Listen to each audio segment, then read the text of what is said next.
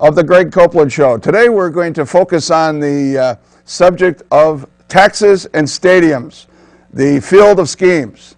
And as you probably have read in your newspapers this week, we have a county commission that wants to tax you to the tune of $675 million with a new sales tax to build Ziggy Wolf, the billionaire from New Jersey, owner of the Vikings, a new place to do business. And rather than listening to me talk for the few minutes that we're going to have together today, what I want to do is play the clips of the public hearing, which you probably haven't seen, and which certainly didn't make it into the newspaper reports, which were dominated by the comments from the politicians. So let's take it to the people. Kevin, can we have clip one? Thank you for the extra effort you all have taken to gather our public input leading up to your critical decision to either support the charter or to just let it disappear and go by the way of so many other broken promises. The charter is not just another rule to be broken when it interferes with your political goals. Your neighbors adopted the Ramsey County Charter on November 6, 1990. At its heart, the charter is a covenant among the people of Ramsey County, a binding agreement to govern ourselves. I and those who voted for it expect it to have some meaning, some permanence, some respect, and some authority. It is a politically sacred document, and you have accepted the unique role of being its protectors. No one else carries that public trust. The Charter assigns only one role to the Commission. Chapter 11 says, the Charter Commission members shall periodically review the Charter and propose any necessary amendments. And what amendment could be more necessary than this one aimed at preserving your neighbor's right to vote on being taxed hundreds of millions of dollars? You are all mothers, fathers, teachers, peace officers, businessmen and women, and all the other roles that we all play. But remember, when you sit in that chair on this commission, you are solely a commissioner. You don't have any special interests. You don't have any personal preferences. You have only your duty. After voting on the amendment proposal, do not rise from that chair, having left your duty behind. Please vote to amend the charter with all the honor and courage that may take. Thank you. Could you do me a quick? Yes, that was Krisha Waddell from St. Paul. And I think she made a great point, that the power of Ramsey County in the hands of the people is the very home charter that was passed by the people, adopted by them at a vote in 1990. This is a document unlike any other county in Minnesota has. There's only one charter county in Minnesota right now, Ramsey County. And yet our county commissioners have taken it upon themselves to fashion a contract which gives the Vikings, this is a contract with the Vikings, a half-cent sales tax which bypasses your right to a referendum. Let's go to the next clip and see what the public has to say about that.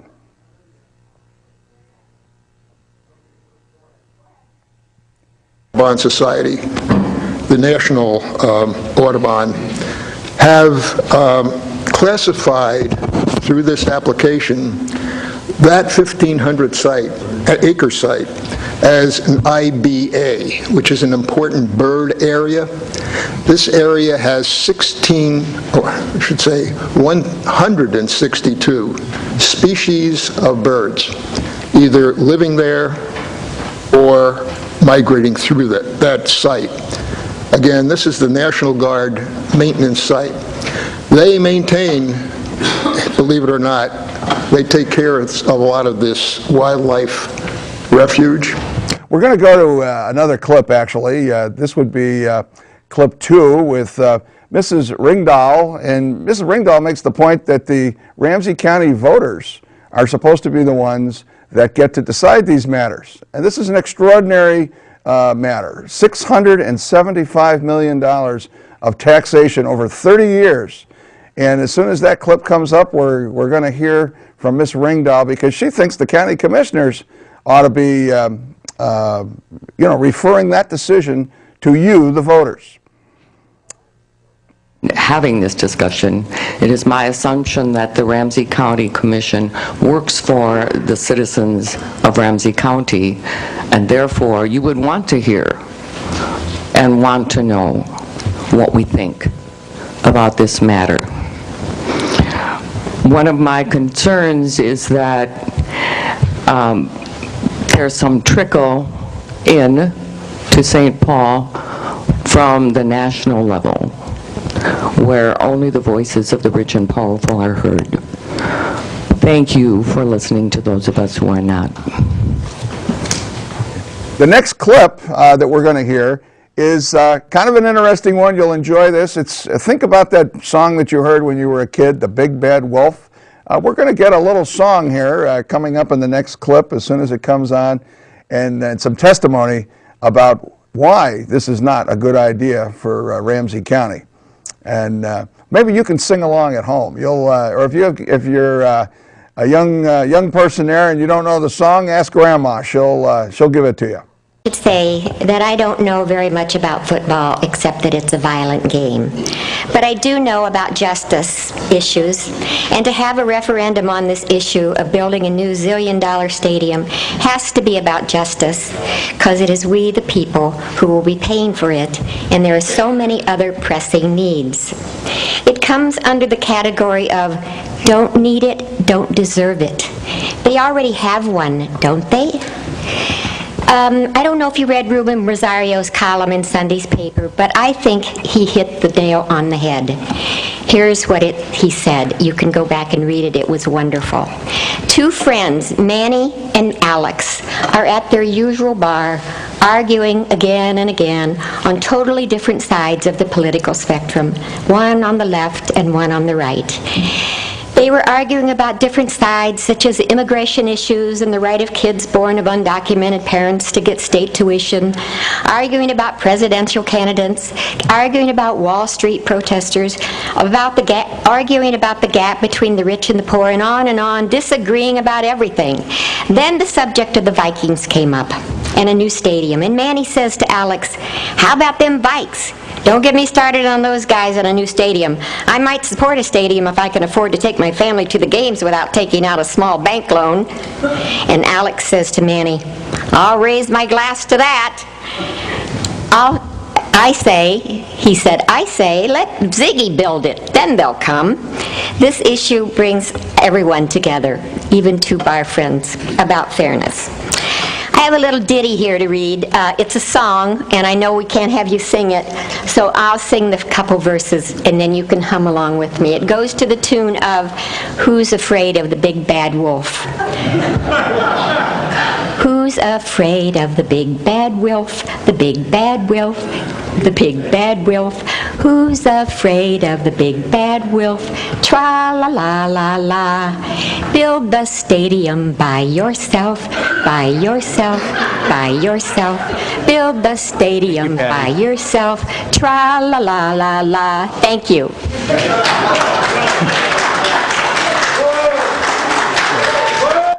You know, I hope you enjoyed that as much as Mr. Wilf, our billionaire owner of the Vikings, must have. I'm sure he was watching from an area where they were serving those cocktails that the testifier referenced.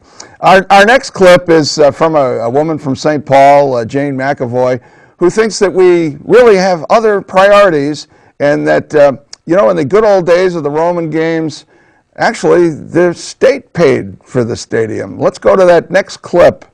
And you'll see some irony in this comment, I think. Historically, can you hear me all right? Mic check? You're good. Okay. Historically, when governments promote wars and militarism abroad, call it empire if you wish, they give circuses to the folks at home to distract them. In this case, they want to force us to pay a high price for Ziggy's circus. Our county is deeply in debt. Our property taxes rise as our home values fall, as I'm sure you all know. When we the people object, the super rich accuse us of class warfare. When big business and government join forces against the people, I call it fascism. But when they narrow their attack, as in this case, against Ramsey County, I think we can win this one. We need the referendum in all fairness. I beg of you. Thank you. I don't think Maggie wants to pay for Ziggy's home if I take her testimony. I think Maggie, like you, may believe that those taxes that those Ramsey County commissioners are all set to lay on you every time you go to the store, are usurious. We're already paying a huge price in taxation in this county.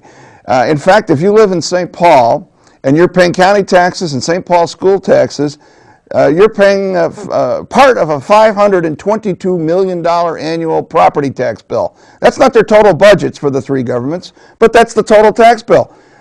This tax bill is going to be even larger than that. $675 million over a 30-year time period on a schedule that was put together by the Springstead Company. I don't want you to think I came up with that with my adding machine. I didn't. That is actually factoring in all the interest payments, the payoffs to the bond companies, the sales companies that are all involved, the lawyers that will be involved in issuing this bond. The size of the check that Ziggy gets is considerably smaller, but you